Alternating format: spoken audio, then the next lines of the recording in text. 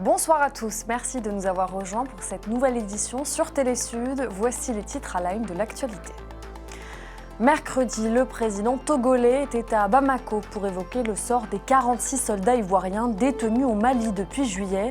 Lors de sa visite de quelques heures, Faure Gnassingbé aurait plaidé auprès de son homologue malien pour une grâce présidentielle en faveur des militaires ivoiriens condamnés à 20 ans de réclusion criminelle.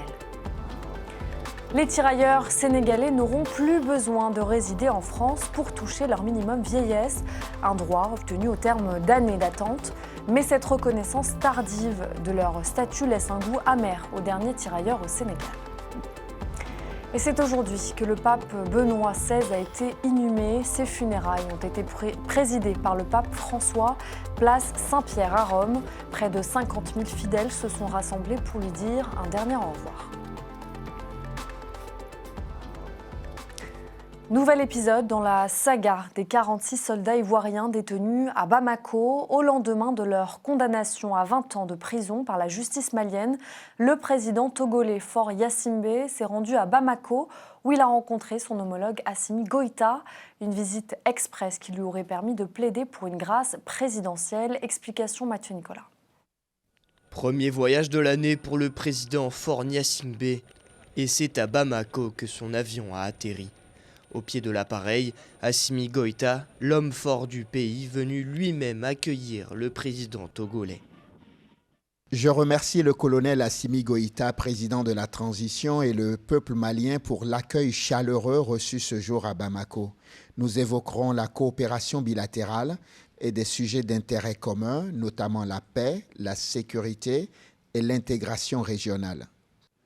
Même si le tweet du président togolais n'en dit pas un mot, le sort des 46 soldats ivoiriens condamnés quelques jours plus tôt et toujours détenus sur le sol malien serait la raison de cette visite de Faure Gnassingbé. Le Togo est médiateur dans la crise diplomatique entre la Côte d'Ivoire et le Mali. À Abidjan, cette visite est vue d'un bon œil. Mercredi, le porte-parole du gouvernement ivoirien, interrogé sur la visite, a rappelé que son pays continuait à privilégier la voie diplomatique pour une sortie de crise. Sur ce dossier, nous avons noté quand même beaucoup d'évolutions. Vous avez noté vous-même que pour la première fois, une délégation ivoirienne s'est rendue de façon officielle au Mali et a pu avoir donc des échanges avec les autorités maliennes. La Côte d'Ivoire a choisi une voie, celle de la négociation. Celle de la voie diplomatique, nous restons résolument engagés dans cette voie-là. Le chef de l'État s'est montré optimiste. Je voudrais que chacun de nous, à commencer par les familles de ces soldats, fasse confiance au chef de l'État et garde le même optimisme.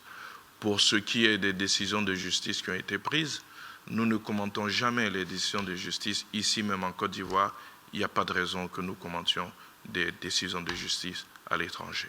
Preuve que la voie de la diplomatie est celle privilégiée, la CEDEAO, qui avait fixé un ultimatum au Mali pour relâcher les 46 soldats, a décidé de ne pas sanctionner Bamako. Signe d'un possible dénouement dans ce dossier. Au Mali, Al-Qaïda a revendiqué les 2 attaques meurtrières survenues lundi près de Bamako. Ces attaques qui ont visé 2 localités sur l'axe Bamako-Ségou, dans le sud-est du pays, ont tué au moins 2 pompiers et 3 civils, selon les autorités du pays. Le JNIM, le groupe de soutien à l'islam et aux musulmans affilié à Al-Qaïda, n'a donné aucun bilan de cette attaque. Terrain sécuritaire, cette fois en République démocratique du Congo. La mission des Nations Unies dans le pays, en RDC, lance une nouvelle opération militaire dans la province du Nord Kivu pour contrer les groupes armés. Les casques bleus investiront d'abord la localité de Beni, en proie aux attaques meurtrières des ADF, présents dans la région depuis 9 ans. Cette nouvelle opération devrait permettre, selon l'organisation onusienne, de prévenir, dissuader et empêcher les groupes armés et les milices locales de se livrer à des violences contre la population. Elle intervient 2 semaines après le renouvellement du mandat de la MONUSCO. Les tirailleurs sénégalais n'auront plus besoin de résider en France pour toucher leur minimum vieillesse.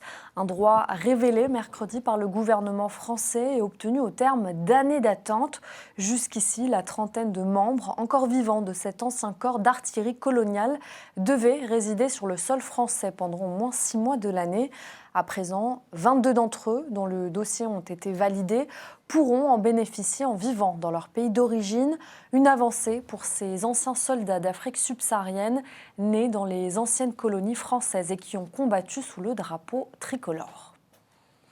Et vous allez le voir, au Sénégal, cette nouvelle n'a pas fait la joie de tous les tirailleurs encore en vie. Cette reconnaissance de la France est trop tardive. Témoignage de Ndiogou Diène, l'un des derniers tirailleurs sénégalais de la Seconde Guerre mondiale, avec Mathieu Nicolas.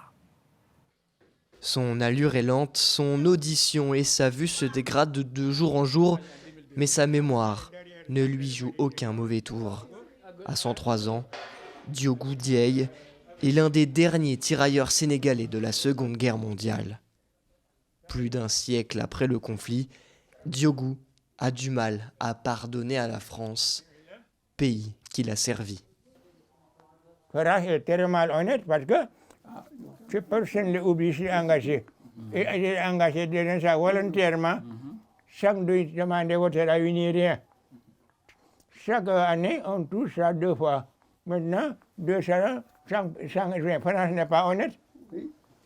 Ndiogou fait partie de la poignée de tirailleurs de la Deuxième Guerre mondiale encore vivants et qui habitent au Sénégal sur les centaines de milliers de soldats africains qui ont combattu pour la France lors des 2 guerres mondiales et les conflits coloniaux en Indochine, Algérie ou encore à Madagascar.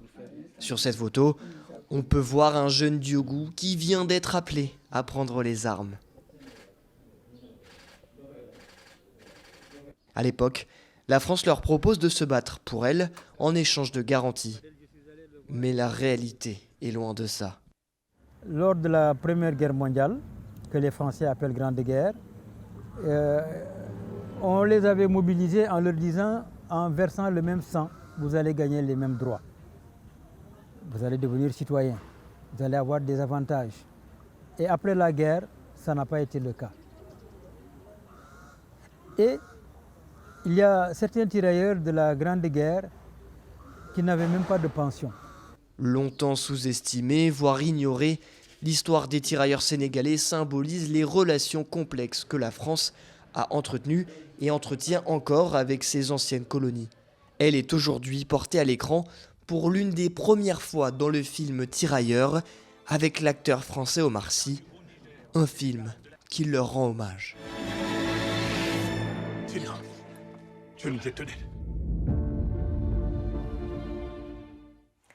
À Dakar, une centaine de personnes se sont mobilisées mercredi pour réclamer la libération du journaliste Papa Alé Niang, accusé d'avoir diffusé des informations classées secret défense au Sénégal. Depuis son emprisonnement, le patron de Dakaractu a entamé une grève de la faim et son état de santé ne cesse de s'empirer, Méritor Roignan. À l'hôpital principal de la capitale sénégalaise, Papa Alé Niang, le directeur de Dakar Matin, voit son état de santé se dégrader. Mais à l'extérieur, la mobilisation ne faiblit pas. Mercredi, plusieurs manifestants se sont rassemblés devant la maison de la presse pour réclamer sa libération. Profitons un peu de cette tribune pour demander aux autorités sénégalaises de le libérer encore une fois. Pape Alé Niang n'a rien à faire en prison et sa place est dans les rédactions. Le patron de Dakar Matin est dans le viseur des autorités sénégalaises, accusé d'avoir dévoilé des informations sensibles de nature à nuire à la défense nationale. Les prises de parole du journaliste dérangent. Arrêté en novembre, il avait ensuite été remis en liberté avant d'être incarcéré de nouveau le 20 décembre. Pour ce député de l'opposition, plus que la liberté de la presse, l'incarcération de Papa Alé Niang est une épée de Damoclès sur tous les citoyens. Aujourd'hui, c'est la presse, mais demain, c'est moi. Aujourd'hui, c'est la presse, demain, c'est un autre acteur qui n'est pas journaliste. Nous sommes tous menacés. Parce qu'aujourd'hui, dès que vous dites « il ne faut pas détourner l'argent des Sénégalais », vous êtes une cible. Dès que vous prenez votre caméra, vous montrez ce qu'eux ne veulent pas que les Sénégalais voient, vous êtes menacés. Depuis son retour en cellule, Papa Lényang est entré en grève de la faim. Seulement, il y a 6 jours, cette grève a pris un tournant critique. Il refuse désormais les soins médicaux. Quelqu'un qui est resté pendant bientôt 1 mois sans manger ne peut pas se porter bien. Ne peut pas se porter bien. Et notre crainte, c'est qu'on va laisser Pape Alé Niang languir à l'hôpital. Languir, de sorte que le jour où il va quitter, il va passer le restant de sa vie à soigner les séquelles de cette grève de la faim. La détention du journaliste a suscité une vague de critiques de la presse et de la société civile contre les autorités. Pas de quoi faire plier la justice, le parquet de Dakar a une nouvelle fois rejeté la demande de libération provisoire de Pape Alé Niang. Au Cameroun, le ministre des Finances, Louis-Paul Motazé, a reçu en audience ce jeudi le chef de la délégation du FMI. Une visite de travail de 13 jours qui s'inscrit dans le cadre du lancement de la 3e revue du programme économique et financier du FMI. Gaël Jacam et Sirgui Joy. Après les premières et deuxièmes revues qui ont connu une participation remarquable du Cameroun, le Fonds monétaire international dépose à nouveau ses valises en terre camerounaise pour le lancement de la 3e phase de son programme économique et financier. La délégation du FMI, conduite par Semil Sonkak, a été reçue en audience ce jeudi par le ministre des Finances, Louis-Paul Motazé, avec qui elle a échangé sur les objectifs visés par ce programme et les nouvelles réformes inscrites dans la 3e phase. Le Cameroun a bien passé les 2 revues. Pendant les prochaines 2 semaines, nous allons travailler ensemble et discuter sur certaines réformes qui sont importantes pour le pays. Pour une meilleure implémentation de cette 3e revue au Cameroun, le FMI, par la voix de son chef de délégation, appelle à une mutualisation des efforts de la part des autorités camerounaises qui jouent un rôle important dans ce processus, d'où les mesures prises. Pour la 3e revue, les autorités ont pris des mesures importantes. Maintenant, on va évaluer ensemble certaines mesures. C'est l'objectif de cette mission. Mais jusqu'à maintenant, il y avait des mesures importantes, bien prises. La visite de travail entamée ce 5 janvier au Cameroun par le Fonds monétaire international s'achève le 18 janvier prochain. 13 jours de rencontres et de discussions avec les administrations publiques et autres partenaires qui viendront à coup sûr poser les jalons de cette 3e phase du programme économique et financier du FMI. La France continue de clamer son soutien à son ambassadeur au Burkina Faso. Lundi, les autorités burkinabées ont poussé vers la sortie l'ambassadeur Luc Alade. Cette requête serait liée à une lettre envoyée par l'ambassadeur au ressortissant français de Koudougou le 12 décembre 2022. À ce stade, Paris n'envisage pas de retirer son émissaire et évalue toujours l'objectif de la demande du Burkina. Les chefs de la diplomatie française et allemande qui vont se rendre en Éthiopie, les médecins libéraux français qui manifestent pour une revalorisation de la consultation et le patriarche russe Kirill qui appelle à un cessez-le-feu en Ukraine. C'est le reste de l'actualité réalisée par Soulas Bailly et Noël Dong. Les chefs de la diplomatie française et allemande ont annoncé jeudi qu'elles se rendraient en Éthiopie la semaine prochaine.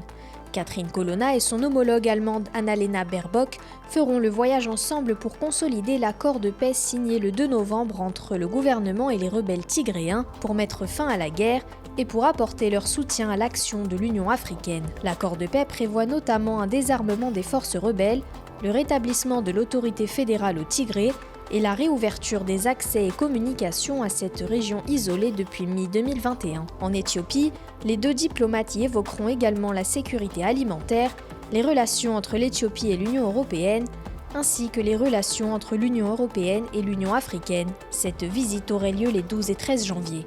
Ce jeudi, les médecins libéraux ont manifesté sur la place du Panthéon à Paris pour obtenir une revalorisation de la consultation de 25 à 50 €. Ceci dans le but de créer un choc d'attractivité vers une médecine de ville en manque de bras. Le ministre de la Santé, François Braun, s'est dit prêt à rehausser le prix de la consultation des médecins généralistes, mais sans pour autant accéder aux demandes des grévistes qui manifestent, écartant une hausse du tarif de la consultation à 50 €. Des négociations sont en cours entre les syndicats syndicats de médecins et l'assurance maladie. Elles doivent se poursuivre jusqu'à la fin du mois de février.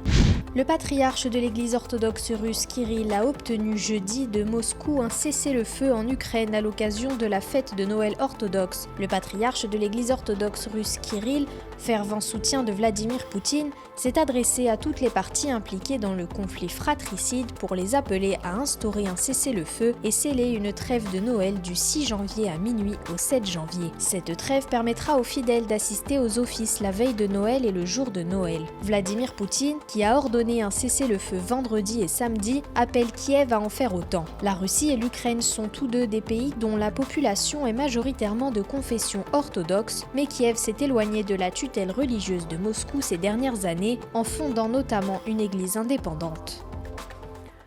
Budget, procédure simplifiée, code pénal, le garde des Sceaux, Éric Dupond-Moretti a dévoilé ce mercredi une série de mesures issues des États généraux de la justice. Moretti s'engage notamment à porter le budget de la justice de 9,6 à 11 milliards d'euros en 2027, ou encore à généraliser le port des caméras piétons chez les agents pénitentiaires. Écoutez les principaux objectifs annoncés par Éric Dupond-Moretti. Notre code de procédure pénale est devenu un code de plus de 3000 pages avec des articles opérant des renvois de textes trop nombreux, mais aussi de multiples incohérences. Le code de procédure pénale a connu de multiples révisions au point de devenir totalement illisible, même pour les praticiens les plus expérimentés. J'ai donc décidé de proposer, dans le cadre de la loi d'orientation et de programmation pour la justice,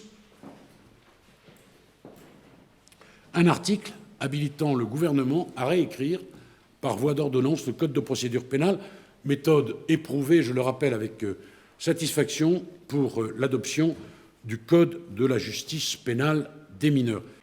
C'est ce jeudi que le pape Benoît XVI a été inhumé. Ses funérailles ont été présidées par le pape François, place Saint-Pierre à Rome. Près de 50 000 fidèles se sont rassemblés pour lui dire un dernier au revoir. Cet événement inédit marque la fin d'une cohabitation de deux hommes en blanc dans l'église catholique. Lorraine Mabou. Alors que le cercueil quitte la place Saint-Pierre au son du Magnificat, des applaudissements se font entendre au loin. Le pape François, qui a présidé les funérailles, fait ses adieux à son prédécesseur, Joseph Ratzinger.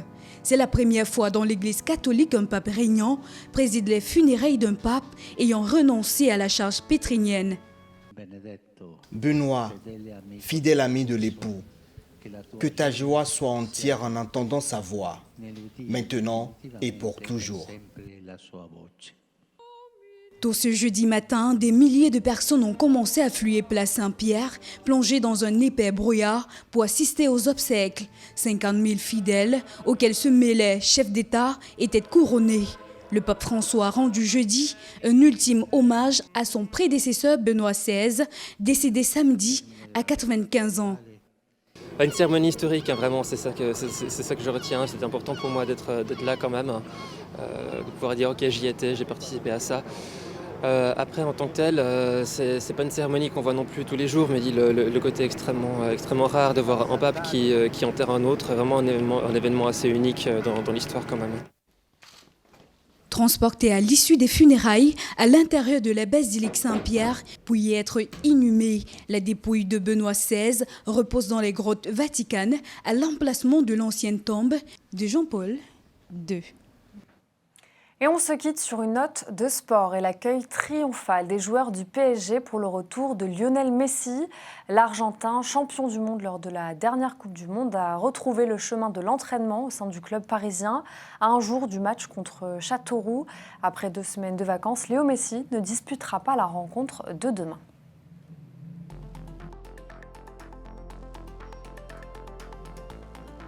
C'est la fin de ce journal, merci à tous de l'avoir suivi. Demain, ne manquez pas l'édition de la mi-journée présentée par Émeric Torroignon. Et en attendant, continuez à vous informer sur Télésud.